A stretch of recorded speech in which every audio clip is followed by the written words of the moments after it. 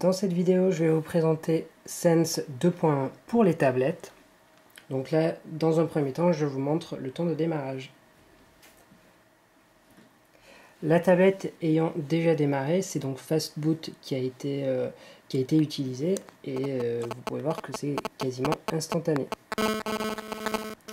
La caractéristique de cette tablette, c'est d'avoir deux orientations différentes. Donc celle-ci au format portrait, avec les boutons qui sont en bas, et la possibilité de passer en mode paysage, comme ceci, avec une animation sympathique, avec les boutons qui suivent. Ceci ne fonctionne pas. Ce qui est dommage, c'est que les deux autres orientations ne fonctionnent pas, comme c'est le cas sous Honeycomb. C'est par ailleurs un gros défaut de cette tablette de ne pas être sous Honeycomb, car en fait, assez simplement, l'Android Market pour Gingerbread a plutôt tendance à faire des applications pour smartphone, et grosso modo, on a beaucoup tendance à n'avoir que des applications en grand, et vraiment pas pour les tablettes, ce qui est vraiment dommage. Donc pour Sense, c'est en fait, il appelle la 2.1 pour tablette, ils auraient peut-être dû l'appeler 3.0 tout court, car on s'y approche vraiment. Les optimisations pour les tablettes sont plutôt minimes. Donc là, vous pouvez voir que ce menu affiche les applications qui sont lancées, les notifications classiques, et ensuite les paramètres rapides. Et là, ici, comme le présentent naturellement les smartphones dans cette position. Voilà, donc ici, j'ai un fond d'écran animé, et vous pouvez voir que ça marche bien. Voilà, il y a les différents bureaux qui fonctionnent toujours de la même manière. En glissant son doigt de manière très rapide, on peut avoir cette animation. L'intérêt est quasi nul et par contre ça donne un effet qui coulole absolument génial. Il y a le multitouch qui fonctionne avec, comme vous pouvez le voir, 8 bureaux.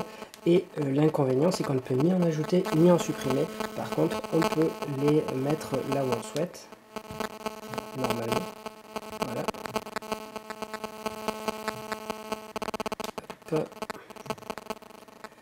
Voilà. Si on le descend, voilà, si on le met en mode portrait, ça fonctionne de la même manière. Hop, voilà. Vous noterez que cette petite animation a tendance à parfois ramer, mais bon là en l'occurrence la tablette est en redémarré, ça marche plutôt bien. Au niveau des widgets, vous pouvez remarquer qu'ils sont en 3D, donc là je ne sais pas si vous arrivez à le remarquer avec celui-là, mais quand on se déplace, voilà, les éléments ont tendance à arriver voilà, de manière décalée, comme ici en bas. Voilà, c'est le cas aussi avec l'heure, où le contour de la montre se détache.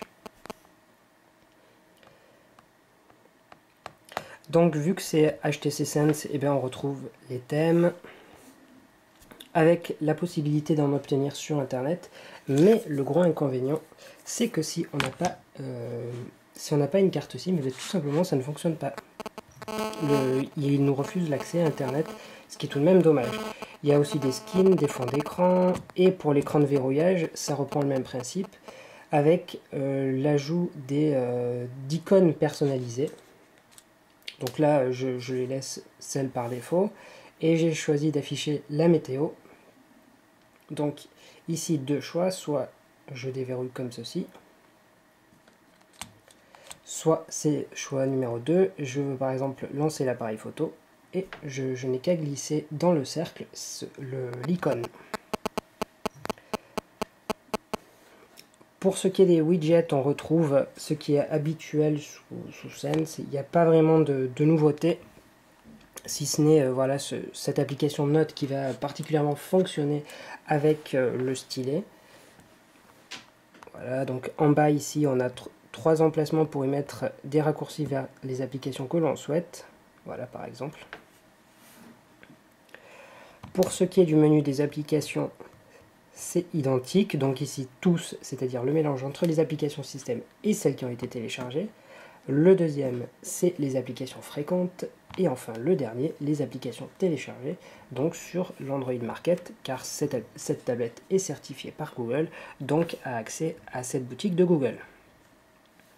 Maintenant qu'on a fait globalement le tour de cette interface, il manque à la limite les paramètres, donc voilà, c'est toujours la même chose chez HTC, donc avec les icônes colorées, voilà, il y a très peu de nouveautés de ce côté-ci. Et là, au niveau des paramètres qu'il y a ici, à l'exception de changer le fond d'écran, on ne peut pas faire grand chose. Donc là, vous voyez qu'il y a plein de fonds que vous pouvez changer. Voilà. Et sachant que oui, les widgets ont toujours la possibilité d'avoir plusieurs skins. Donc là, par exemple, c'est le cas avec cette application, avec ce widget météo. Donc si je vais le rajouter, et au passage, je vais vous présenter les différents widgets. Donc action, actualité, agenda, un album photo, un cadre photo, les emails, les favoris, FriendStream, qui donc fonctionne avec tout ce qui est votre Facebook, votre Twitter. La grille photo qui est un nouveau élément que je vous montrerai juste après. L'horloge, tout ce qui est localisation, ma bibliothèque qui va fonctionner avec des livres. Voilà les notes que je vous ai indiquées. Après, tout ce qui est intégration de Watch, qui est de la vidéo à la demande. Donc si je prends le cas de l'horloge, je peux en sélectionner celle que je veux.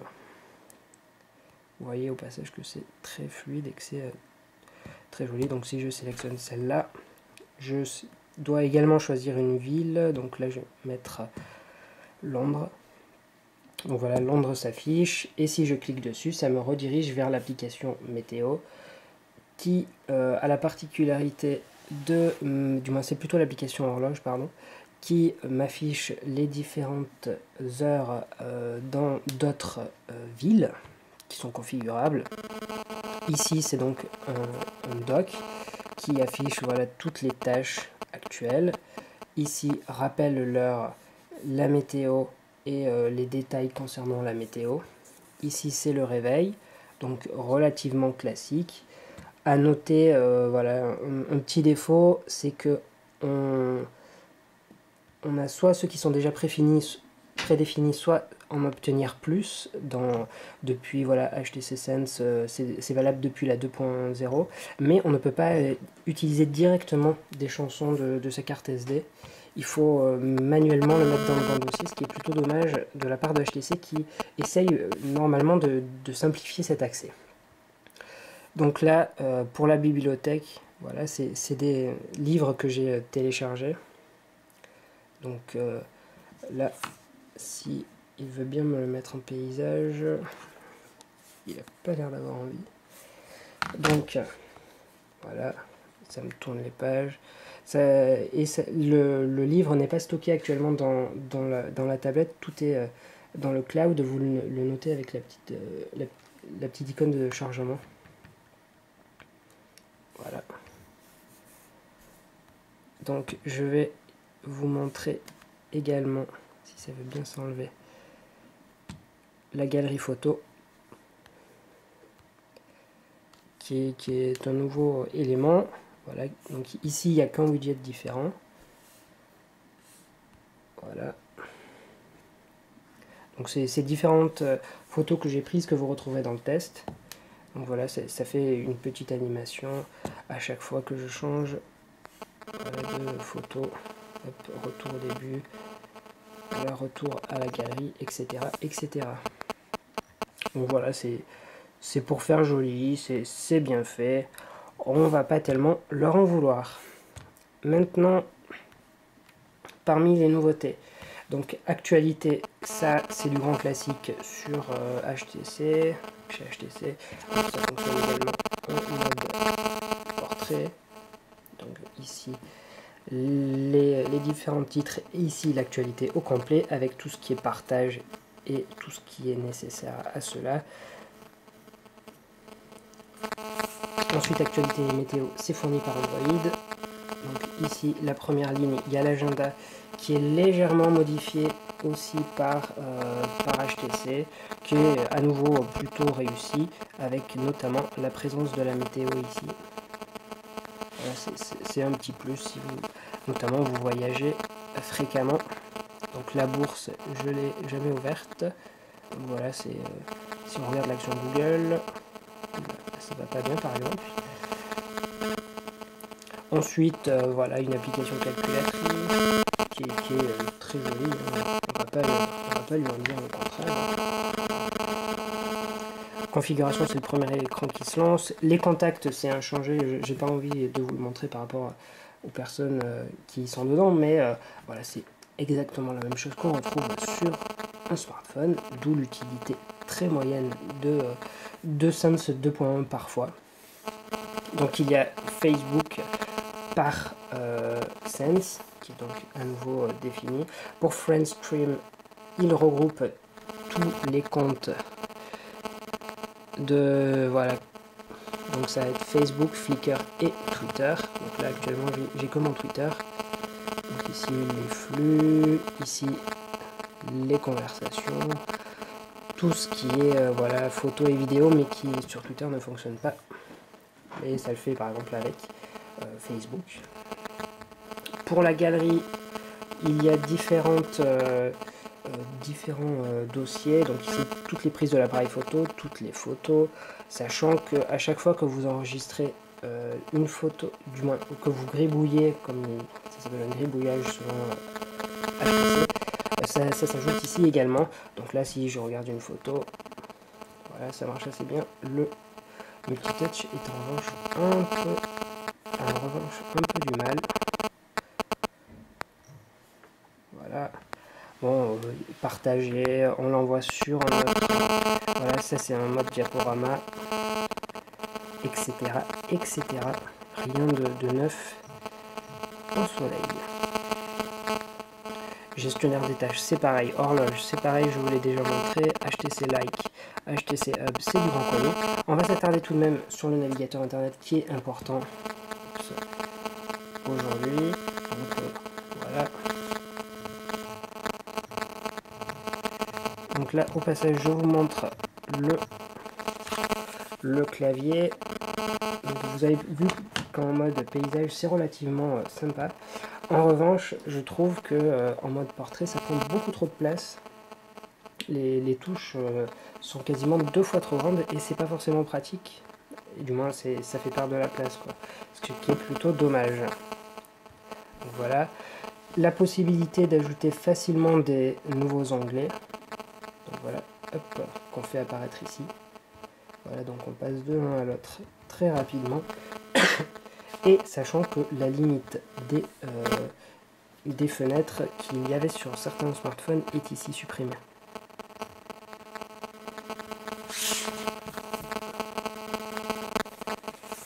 Donc l'application Caméscope, j'avais oublié de vous la montrer, mais qui est voilà, ce que l'on peut trouver de plus classique.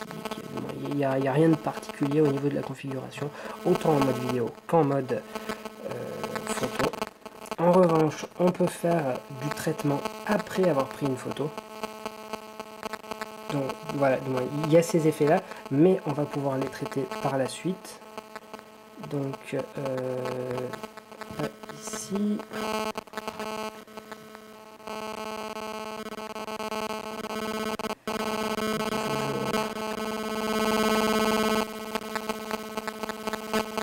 Donc le lecteur de livres, je vous l'ai montré tout à l'heure. Les localisations, c'est en fait un GPS avec une carte intégrée qui globalement vient concurrencer Google Maps Navigation. Le magnétophone, le nom est assez clair. Donc ici vous avez les messages, car il y a la carte SIM, mais en revanche il n'est pas possible de faire des appels pour l'instant. En tout cas sur XDA il y a des avancées significatives dans le domaine, mais officiellement HTC ne le supporte pas.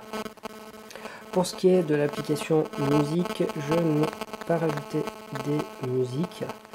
Donc voilà, il y a artiste, album, playlist, toutes les chansons. Voilà, acheter avec la possibilité d'acheter des musiques. Donc voilà, c'est assez bien fait. Si on continue, il y a Polaris Office qui est une application qui va gérer tout ce qui est documents, tableur, présentation type PowerPoint. Ici, il y a un lecteur de presse qui est réalisé par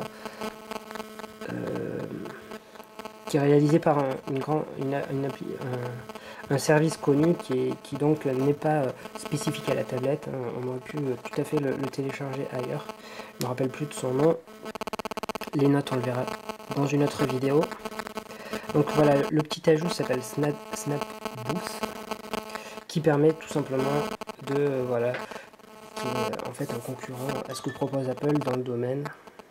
Voilà, avec l'application de plein de filtres, sachant qu'on peut faire soit qu'une photo, soit 4. Donc là, vous pouvez voir ce que ça donne une photo en 4, ou alors une seule. Hop. Par contre, ça revient toujours en mode portrait, c'est un peu embêtant. Donc ensuite, vous voyez qu'il y a finalement pas grand chose à part Watch, mais Watch, en fait, je ne suis jamais arrivé à télécharger des films dessus. Du moins, ça se limite à la lecture des bandes d'annonces.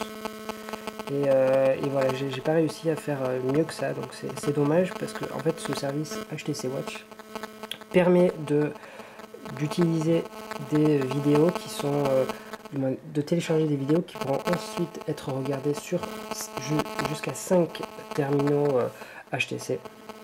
Donc c'est plutôt avantageux, c'est dommage que ça se limite juste à cette marque. Voilà, donc là en fait, il se passe qu'on a fait le tour de la tablette. Et est-ce qu'on a vu des choses vraiment optimisées pour une tablette? Eh bien, vraiment pas. Donc voilà, clairement, Gingerbread, c'est très bien si vous avez envie d'avoir une application pour smartphone en grand. Si c'est pas le cas, si vous voulez vraiment des applications optimisées, il faut se tourner vers Honeycomb. Or, Honeycomb, il faut la 3.2 qui devrait sortir environ vers le mois d'août, mais HTC doit rajouter sa couche HTC Sense, donc peut-être la 3 par exemple, sur la 3.2. Ce qui veut dire que au minimum, il faut, en étant très optimiste, il faut attendre août, et encore, c'est pas sûr. Donc là, en fait, vous achetez un produit qui coûte 650 € en version 32 Go plus 3G, ou 500 € un peu en 16 Go plus Wi-Fi, mais vous achetez une tablette qui, en gros, est la même chose que votre smartphone, sauf que ben, c'est sur 7 pouces, c'est plus gros. Et voilà, alors clairement, le produit n'est pas mauvais en soi. Vraiment, on ne peut pas lui dire qu'il a un défaut majeur, mais c'est plutôt au niveau de l'utilité d'un tel produit. Avant d'acheter cette tablette, il faut se questionner, est-ce que par tablette, on entend avoir une expérience réellement différente d'un smartphone, ou alors est-ce qu'on veut quelque chose qui y ressemble étrangement? Ou alors, est-ce qu'on est prêt à attendre un petit peu que Honeycomb arrive dessus? Voilà, c'est un compromis qui est relativement difficile à avoir. À l'heure actuelle, moi j'aurais plutôt tendance à vous dire de patienter avant d'acheter cette tablette, tout simplement parce que je ne lui trouve pas assez d'intérêt, notamment le stylet que vous verrez dans une autre vidéo, ne lui apporte pas suffisamment de valeur ajoutée pour dire... Enfin, une tablette qui se démarque. C'est grosso modo une Galaxy Tab Galaxy Tab 7 pouces qui avait été sortie au mois d'octobre. Et voilà, on a essayé de lui mettre un stylet en se disant ça va relancer les ventes. En l'occurrence, je ne pense pas. Voilà, donc c'est plutôt pessimiste. Bon, si vous pensez par exemple que c'est une attaque envers HTC, pas du tout, ça aurait été Samsung ou autre, je vous dis la même chose, c'est clairement l'utilité de ce produit. Également, quelque chose que je vous avais pas dit dans la partie matérielle, c'est que l'écran au soleil est absolument illisible ou presque, quoi. Il faut vraiment se mettre dans un endroit sombre pour arriver à distinguer les différents éléments.